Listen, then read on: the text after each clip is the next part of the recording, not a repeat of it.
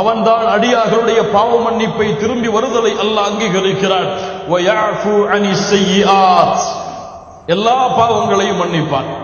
எவ்வளவு கொடிய பாவம், கொடிய குற்றம், எவ்வளவு பெரிய பாவமாக இருந்தாலும் வயஃபு அனிஸ் ஸய்யிஆத், வயஃபு அனிஸ் ஸய்யிஆத், தொழுகையை தவறவிட்ட பாவம் வயஃபு அனிஸ் ஸய்யிஆத், விபச்சாரத்துடைய மலைகள் வயஃபு அனிஸ் ஸய்யிஆத்.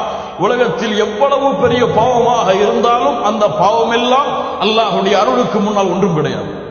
அல்லாஹ் அந்த பாவங்கள் அனைத்தையும் மன்னிப்பான் எப்போது அந்த அடியான் அவனை நோக்கி திரும்பி வருவானோ.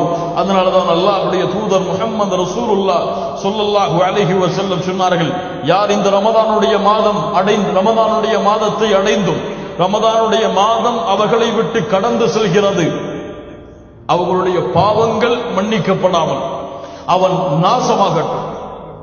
அல்லாஹ்வுடைய தூதர் முஹம்மது